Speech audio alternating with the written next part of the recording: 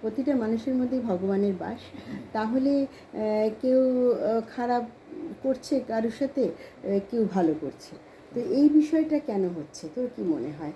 মানে আমরা যে মানুষ, আর আমরা যে ভাবি যে এ খারাপ ও ভালো, এই যে বিষয়গুলো হয়, খারাপ ভালো মানুষের মধ্যে থাকেই।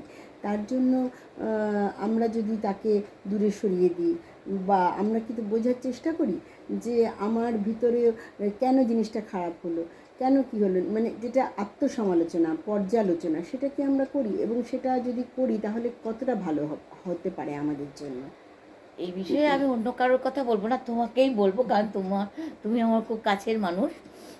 আজকে তুমি ওইসব কোনো কিছুতেই তুমি যাবে না, বিচার করার সেটাও তোমার নেই, সিদ্ধান্ত নেবার সেটাও নেই। সে একমাত্র তার আছে, তোমার সাথে কেউ খারাপ ব্যবহার করলে বা তোমাকে কেউ আঘাত করলে বা তোমাকে তার সেটা তার বিচার হয়ে যাবে। তোমাকে এই বিষয়ে তুমি একদম, তুমি শুধু তাকে তার কামনা করবে। সে যদি তোমার বড় শত্রু হয়, মিত্রও হয়, তুমি সবার জন্য শুভকামনাটাই করবে, তার ভালো ঠিক, একদম সুন্দর ঠিক। এটাই আমি বলতে চাইছি যে মানুষের সম্বন্ধে কখনো খারাপ ধারণা না, বা ভালো না করবে করতে না, নেই। না। আর কখনো এটা হয় না যে তার খারাপ হয়েছে, তার সঙ্গে আমার সম্পর্ক ঠিক ছিল না বলেই তার খারাপটা হয়েছে, এটা কখনো